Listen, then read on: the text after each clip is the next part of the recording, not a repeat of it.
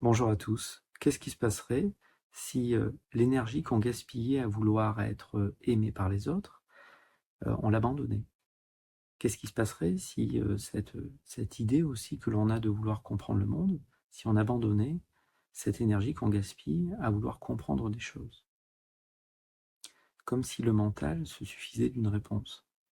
Qu'est-ce qui se passerait si on abandonnait aussi cette idée, ce fantasme, qu'on peut faire perdurer les choses dans le temps? Alors certains me diraient, mais on ne serait plus rien. On ne peut pas ne pas être. C'est l'évidence même. On le dit tous. Voilà, essayez de ne pas voir le lieu où vous êtes. Essayez de ne pas entendre. Essayez de ne pas ressentir le corps. Essayez de ne pas être. C'est pas possible, c'est notre nature d'être. Donc si toute cette énergie qui est gaspillée, pour le dire de manière fausse, à l'extérieur, en réalité ce n'est qu'une idée, ce n'est qu'un concept d'être aimé par les autres, ce n'est qu'un concept, un fantasme de croire qu'on va avoir la réponse. Si on abandonnait également cette idée qu'on peut faire perdurer quelque chose dans le temps, encore une fois, toute cette énergie gaspillée serait redirigée, puisque c'est une vérité scientifique, rien ne se perd, tout se transforme. Toute cette énergie qui est gaspillée serait redirigée vers la première chose qui se présente, il semblerait, le corps. Et si le corps n'est peut-être encore qu'une idée mentale, au moins, ça serait du ressenti. Et donc, ce qui se passe, c'est que quand vous rentrez dans cet univers qui est totalement délaissé, que l'on peut appeler au début le corps, quand vous rentrez dans cette sensation, dans un jeu de texture, eh bien, qu'est-ce que vous faites? Vous vous donnez de l'attention, vous vous aimez vous-même. C'est pas égoïste de s'aimer soi-même.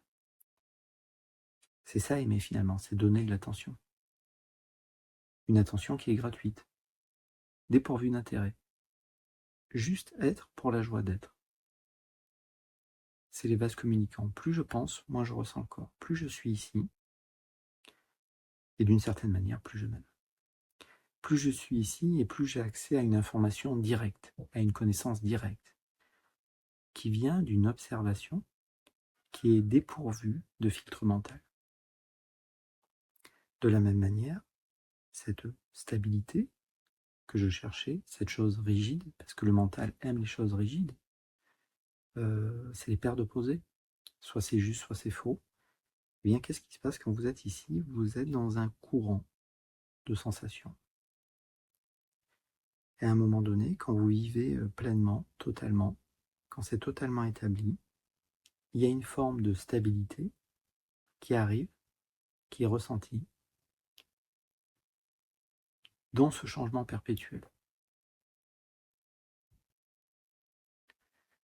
Ben, c'est ça qu'on recherche tous. Et curieusement, plus vous vous aimez, c'est-à-dire plus vous portez de l'attention, plus l'autre le ressent, et plus vous êtes en mesure de le prendre en compte sans le juger.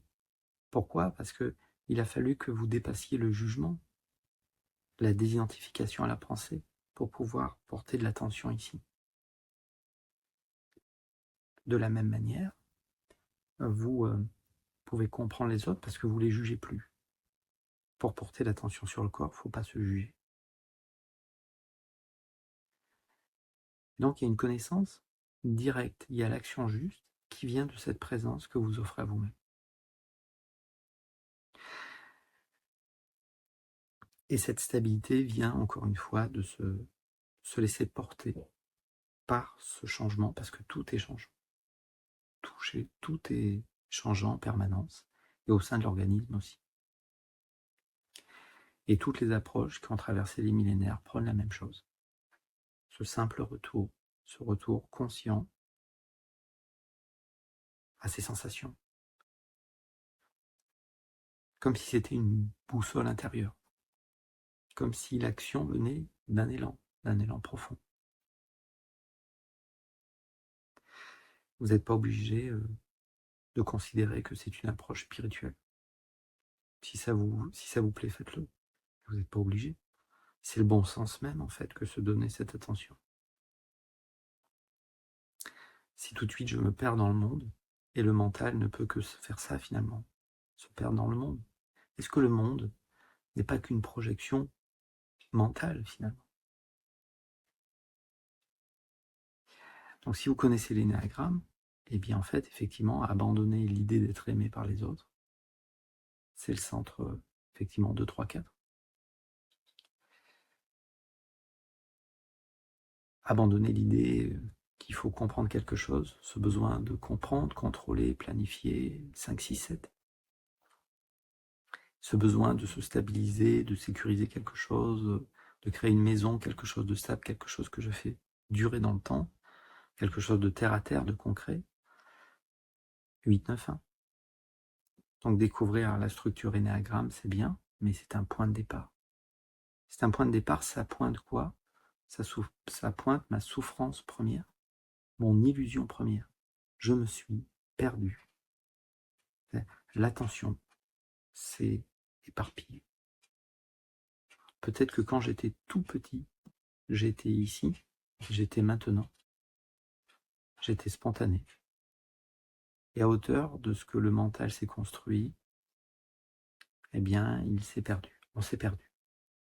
Alors, on ne s'est pas réellement perdu, parce que être est notre nature. Essayez de ne pas être. Essayez de ne pas ressentir le corps. C'est un univers. Voilà. Il y a plusieurs portes d'entrée vers le fait d'être, tout simplement maintenant, parce que c'est ce qu'on recherche, même si ça ne vous rend pas important dans le monde, c'est ce qu'on recherche. Mais une de ces portes d'entrée, c'est justement goûter pleinement. Voilà, goûter pleinement, revenir, goûter ce qui se passe ici. C'est un univers totalement méconnu. On ne connaît rien du tout. Il n'y a aucune conscience du mouvement.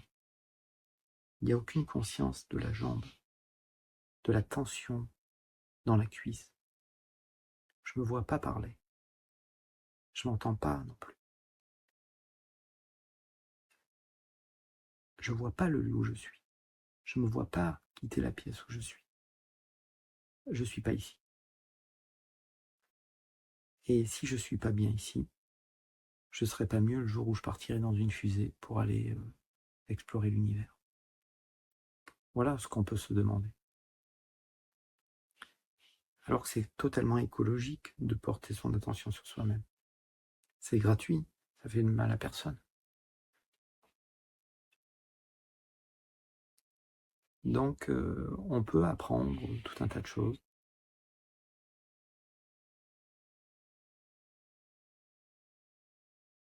Mais qu'est-ce que l'on connaît réellement de ce qui se passe ici sous les épaules?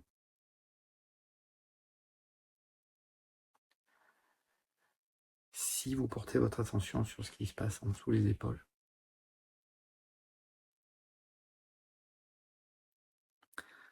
votre histoire énéagramme va remonter. Ce qu'on appelle les émotions, qui n'est qu'une contraction énergétique. Le tiquetage mental est très limité, on est bien d'accord. Peur, colère, tristesse, angoisse, c'est des mots, c'est trop bateau, ça ne veut rien dire. Ça ne raconte rien de réel sur le vécu direct. Voilà pourquoi je partage sur l'énéagramme. Parce que c'est jamais désagréable de pouvoir mettre des mots sur ce qui remonte.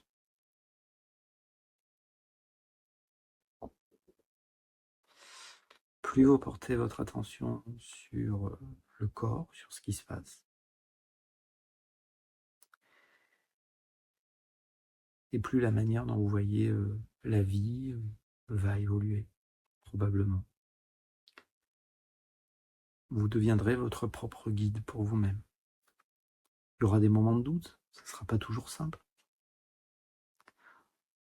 Le mental de l'autre ne vous reconnaîtra plus. Ben, c'est pas grave, puisque vous n'avez plus besoin d'être validé par les autres. Parce que vous vous validez vous-même. Vous n'avez pas besoin de comprendre le monde. Vous êtes déjà bien trop occupé, pour le dire ainsi, à suivre un ressenti, une texture, un jeu. Qu'est-ce qui se passe maintenant? Comment je me goûte? Comment se goûte l'instant? Quelle est la texture de l'instant, sensoriellement parlant?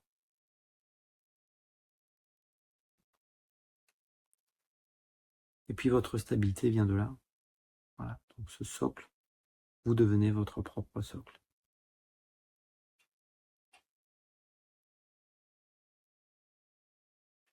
Peut-être à bientôt. Au revoir.